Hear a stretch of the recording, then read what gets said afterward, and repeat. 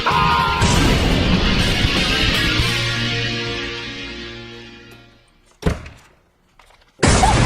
thought my terror was over. You thought there was no more torture to confront?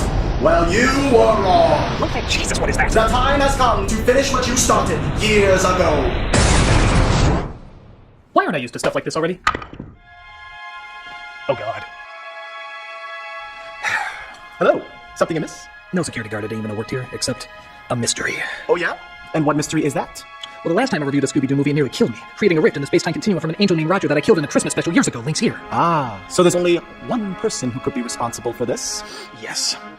And I have no idea who that person is. Seriously? But I know the wild, wacky, mystery-solving group who can figure it out. Do they involve hijinks? Of course. Goofy antics? Naturally. Crazy misadventures? I feel these are all variations of the same thing, but yes. And who might they be? Get me Gus, Lassie, and Jules. What? We know, you thought it'd be Scooby-Doo. Don't go, we'll show, I'm still doing the review. We love the show and the satires they do. Here's one on the, and you have to admit it that we psyched you out in the end. So, what do you recommend, Jules? I think reviewing the movie will help lead you to the culprit. Well, I'm right. I think we should get the hell out of here! God, I love the sound of your voice. What do you say you and me do an 8-year cock tease on par with The Office? What do you say you stop doing your aging Zach Braff impersonation? Listen, Spencer, you better get to doing this review, so I can go back to being a stick in the mud to your comedic antics. Lassie, please, you're scaring my black sidekick. I'm not scared, Sean. Will you get over here? Excuse me? Alright, I'll review this movie, but only if we have callbacks to the 80s that people in their 20s and 30s would get. That doesn't sound familiar. No, we try to get the millennials too. Watch. Pokemon sucks. Still got it. You better go with him, Gus. While I uphold the status quo. Alright, but I'm still scared. You know I always dance when I get scared. Wow, he went with that dance? Hey, look, this really isn't that hard of a mystery to solve. You know, the answer might be right in front of you. Wait, how did you change your clothes so fast? Well, again, like Psy, costume changes are kind of like blinking around here. We probably stolen more from that show than The Mentalist, if that's possible. Well, if you're looking for someone to blame for making you watch this movie, just know he's probably closer than you realize. Did you have a door to be in front of or something? Some people never open their eyes. The film opens with a ray of hope, seeing how it was written by the director of Guardians of the Galaxy, James Gunn. But it's quickly dashed when you see it was directed by Roger Gosnell, which, as we all know, is the human incarnation of the phrase, no refunds. And yes, all the same actors came back for this. Okay, you have no excuse. You know how bad the first film was! Don't you know these movies are turning out fans like this? Hi, we love you! We have your tattoo on our chest! Oh, Christ, more Buffy fans. Hey, stop eating that plug, Scooby-Doo! You seem to have fans as well! If you'd like to see how this movie is making your kid dumber as he grows up, this movie comes complete with a future idiot measuring scale. So we see your kid was going to be a successful district attorney, but after that joke, oh, he's an injury lawyer for Chippendale pole dancers. But at least this movie shut him up for an hour and a half. Heather Jasper Howe at the grand opening of the new Coulsonian Criminology Museum. She did it. Yeah, your literal first guess is right. Alicia Silverstone playing a pretty reporter-ass Scooby-Doo movie for seemingly no reason at all. Who else could it possibly be? No, they're trying to cut to a fake out. We know it's her. Why else would she act in this career-ending final nail? She's not even holding the microphone up to the person she's interviewing. I've never seen someone so desperate to be found guilty in my life. Everything okay? Any ideas coming to your head? I'm fine, Tamara. Guys, come on, remember what I told you? Never pick your nose in public. No, but that's good too. Image is everything. Yes, image is everything. Then why are you wearing a dress made out of Dino's pubic hair? Mystery Inc. is proud to donate the costumes of criminals we've unmasked. So the team is opening up an exhibit at the museum of all the costumes involved in the mysteries they solved. And give them some credit, they are ones from the actual cartoon, and they look pretty close. What isn't from the cartoon is Velma having an attraction to a guy? Okay, now I know you've never seen the cartoon in your life. I think it's pretty obvious she's been playing for the other team since she was a little kid. There's something about the way that... Let's see, what year did this come out? Yeah, he's gonna trim. 2004, when all comedies were made up of 5 jokes. Yeah, you just know how Seth Green got in this movie. Hey, can I cast all of you on Robot Chicken? Only if you'll suffer with us during Scooby-Doo 2. Oh, trust me, I'm making a sketch on this. So maybe you want to go together, like a date. With me. I can't, Patrick. Mystery is my mistress. I must heed her sweet call. You see, she didn't say boyfriend, she said mistress. Where are the hashtags on this one? But somebody interrupts the Castlevania exhibit to start trouble. Mystery Incorporated! I have come to spoil the turtles coming out of their shell tour. This is only the first rung on the ladder of your demise. You know, this is why you never hired Destro to be a party clown.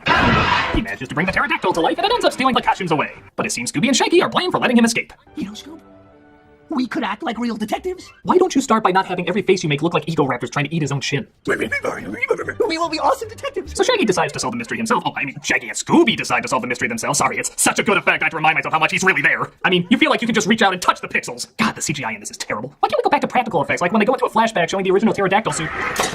Special effects are dead.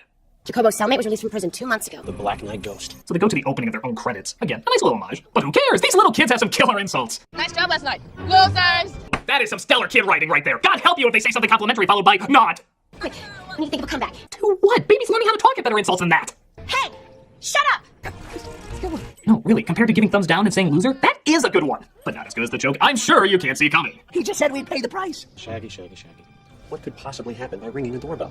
I'm lost to the exploration of possibilities that can come from this. Maybe world peace suddenly breaks out. Or maybe a cure for all known diseases is discovered. Or, I don't know, maybe something bad happens. How's that scale for your kid coming, by the way? Oh, look at that! He was about to get into Harvard University, now he's working at a Walmart Subway serving cow snot as meat. Just be happy you didn't show him a movie with subtitles. Wait, for a guy who spent time in jail, he has a pretty big budget for a mechanical dungeon. I guess working in prison for 69 cents a day went a long way. But Daphne uses her makeup to get them out. A little blush, a brush stick, I enjoy being a girl. A nearly 30, quarter-life crisis surviving girl. Seriously, we should stop calling them meddling kids and refer to them as meddling mortgage payers on the verge of opening a Roth IRA. And their mangy dog, probably deceased by now. So while touring through Danny Elfman's house, they come across another monster costume that's come to life. The Star of Astaroth compels you! The Star of Astaroth compels you! Daphne tries to fight it off as Velma tries to deduce where its weakness is. Wait, this is 2004. We've already used one of the 5 jokes that's used everywhere. Surely the second one must be... Right in the round tables. I hope you didn't want him to pass high school, because now he's drinking paint behind a Sherwin-Williams. Climb the ladder. They get back home to find Seth Green is there waiting to ask a nervous Velma out on a date. So Daphne puts her in Jinkies. Hey, Christ! Okay, I'm gonna overlook the lesbian thing so that I can imagine for a moment that I can actually get that. Damn it, that always ruins everything! So while dressing like a sexy traffic cone with the head of Sarah Palin, Scooby and Shaggy sneak out to a bar where all the old villains they uncovered hang out. Now the curious thing about this idea is, it's actually kind of funny. In fact, I dare even say the writing for this film is not that bad. Some of these jokes are surprisingly kind of clever, like the stretch mystery van or the fact that Scooby has a full name. Normal Shaggy Rogers and Scoobert Scooby-Doo. Even lines like this clearly show there's some intelligence. I have always found a criminal's inclination to incorrectly use the interrogative pronoun in place of the relative delightfully absurd. Me too. But here's the problem. The delivery on them is usually off. Take this for example. Shaggy needs an excuse for why him and Scooby need to separate. So he acts like Scooby has rabies. Like he's got rabies. Oh, we're just gonna go outside to get some fresh air. Now that's a funny idea. Going to an extreme when a simpler excuse would have worked fine. But the directionless reactions, the bland shot layout, even cutting away too early, none of it is presented right. This could have gotten a laugh, but now it comes off as awkward and confused. In fact, the film is so uncertain of where the humor is supposed to be focused on that they try to overcompensate with way too many sound effects. That'll mask the fact that we have no idea what we're doing. Look at this scene. Scooby and Shaggy are in disguise and a woman flirts with Scooby. He's supposed to flirt back and be funny, but it just comes off as terrifying. Hey, handsome. Reno, baby. That alone should get an R rating. Reno, baby. That's disgusting. Oh my god, I wonder who's behind that mask. Oh, it's just Peter Boyle. Get out of this game while you got a chance. All of us here ain't nothing to admire. This is a place for the survivors of Pluto Nash. Together we are strong, alone we are suicidal. I see those twerps. I tear their eyes out of their skulls. Face everybody makes before they walk out of this movie. You know, it is a Raja Gosnell film. Shouldn't there be a dick-piercingly bad music number right about now? This is exciting. Ladies and gentlemen, making his first public appearance, the dog-faced hellspawn that's been in everybody's nightmares at some point. You thought he was gone for good, but Raja Gosnell has brought him back to eat your dreams. Congratulations, your kid forgot what the number 2 means. But apparently somebody broke into the museum and stole the rest of the costumes. Kinda wish we got to see that instead of this soggy diarrhea. Well, at least we know Silverstone didn't do it. It's my job to unmask those who pretend to be who they're not. Mystery Incorporated soon cools here. We'll be mine. Oh look, he just walked away, having no purpose to that scene whatsoever. Except, oh, I don't know, trying to trick us into thinking she's not the villain? By God, how did they write such a good mystery? So, Critic, you think you can watch this film without giving credit to the one who doomed you? What happened? A tone. Whoa, somebody cut the rope up there to make that drop on you. Hey guys, any obvious clues around here? I'm getting a feeling there's something we should notice about our security guard. What is it? I'm feeling that he has rope burns on his hand, appeared just after the accident, and has a name tag that reads Roger. Well, Looks like we figured out who's responsible for this awful crime. Carrie Elways, Tim Curry, or William Shatner. let's figure out which of these awesome celebrity guest stars is behind all this. Come. We do the happy dance. We do the happy dance. Thank you for helping us solve this very complex mystery. We do the happy dance. We do the happy dance. Do you need to like a frog to work here?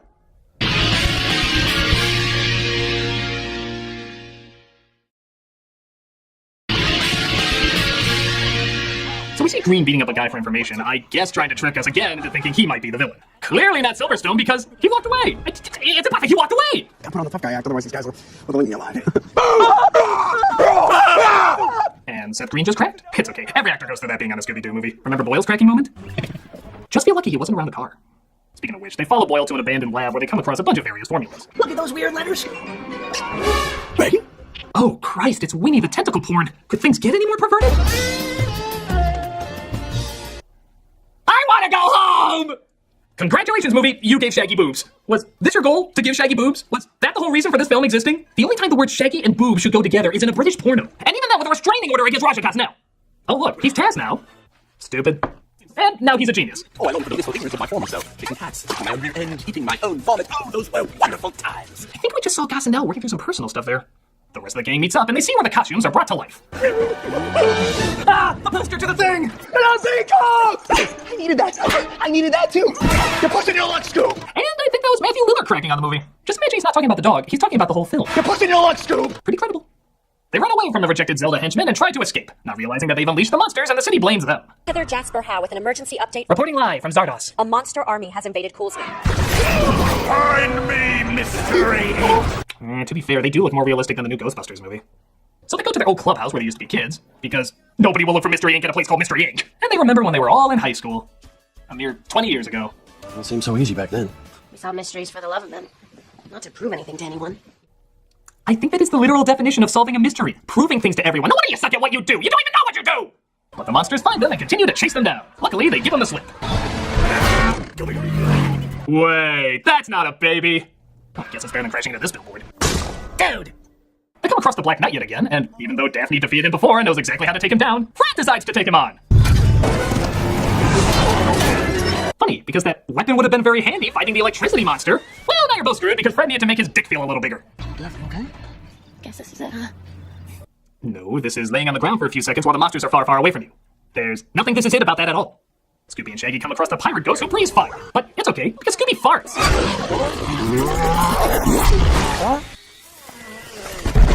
And your kid has eaten his own brain. Congratulations, your Redbox rental has taken a life. You could have been watching Dora's Enchanted Forest Adventures. You could have been watching Dora's Enchanted Forest Adventures! But, once again, they tried to make it look like someone else is the bad guy. Stay away from me. I know who you are. But that gets resolved when he saves Velma's life. Thank God she has a shadowy skirt. You gotta trust me. I only trust the facts, and all the facts say that you're the evil masked figure. What does your heart say? That I have a better career with Disney than Warner Brothers at this point. She's saved, but the gang has to face the real mastermind and the monsters in a final battle. I somehow doubt that would freeze oil. This movie about a talking dog has finally jumped the shark for me. He is allowed to give, I guess, a badass line. Who do you think you are? Scooby! Scooby! Goo! Mother rucker! So the monsters are all destroyed, and it's finally revealed who the mastermind is, no shit. Lucky for her, she had an assistant helping her along with her evil plans. Ned. Who is Ned? Oh, the cameraman you almost never saw and was mentioned once, if even that? Way to drop those seeds of knowledge, movie. But wait, there's even more. Wait, who's that? The pterodactyl guy who never got a line and they said was dead earlier? Wow. Not only is that a horribly put together mystery, but you clearly don't know how to use your Tim Blake Nelsons. Really, dude, this whole time? Boss, don't cough. Okay, maybe you know a little bit. Oh, we cuddled. I touched your shaggy boobs! But wait, just when you think it's over, they have a Marvel-style end credit sequence. Game Boy Advance Secret Code. Even your end credit sequence sucks! If you really wanted to do this right, you'd have Samuel L. Jackson in an eye patch go up to James Gunn and say, I'm here to talk about a proposition. Because this is horrible, and the absolute worst thing about it is... Gus, Lexi, Jules, get in here! I see you haven't found the mastermind who gave you the movie yet, even though it's pretty freaking obvious. It's almost like that movie, Roger Rabbit, or the location of the Jolly Roger, because someone is obviously rogering you. Roger. Roger, Roger, Roger, Roger. Write this down. Roger, Roger, Roger. That's all I have to say. Please don't be stupid. Hi! Any news? As a matter of fact, there is, officer. We know who's behind this orgy, and that, of course, is... Jules. Sorry it had to be this way, my love. Let's end this by satirizing something that ties into the show's theme. Let's tap into the zany, mysterious antics of... Class Act. No, goddammit, no! You did everything wrong! Everything! First you get the satire wrong, then you get the satire in the satire wrong, then you do these awful impressions of one of USA's longest running series! For God's sakes, your Tim Curry wasn't even white! Are you indicating that there's a shortage of white actors in media? Then you try to solve this bullshit mystery that's so friggin' obvious, and you still get it wrong! She's not the one who did it, it was me! Roger! It was Roger all along! Roger! Roger! Roger! Roger! Roger! Roger! Roger! Hi, Roger! I know I'm... Roger. Yeah, we know it was you, Roger, but she's still the one who did it. What? Yeah, I'm definitely guilty.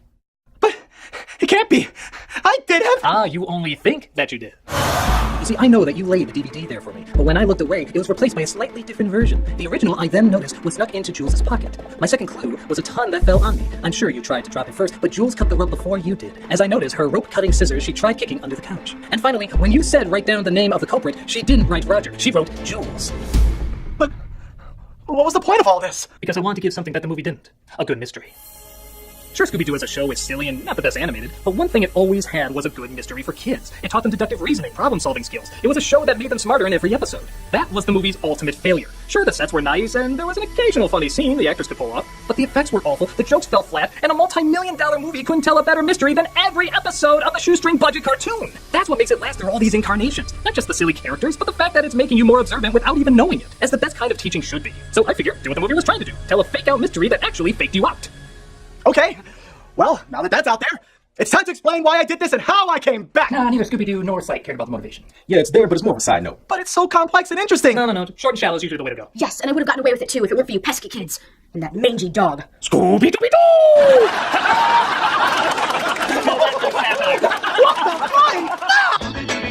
Where are you?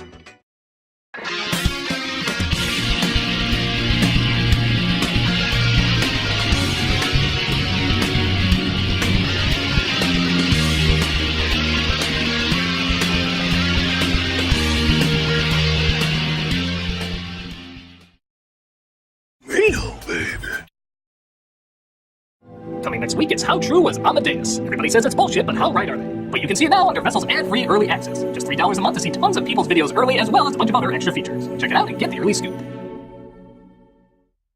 Hey, Doug Walker here doing the charity shout-out. This week we are doing DonateLife.net. This is a not-for-profit alliance of national organizations and state teams across the U.S. committed to increasing the numbers of donated organs. Over 121,000 people are waiting for an organ, and every 10 minutes another person is added to the list. And sadly, so many of those people pass away before they're able to get the organs. It's honestly a much bigger problem than a lot of us probably assumed.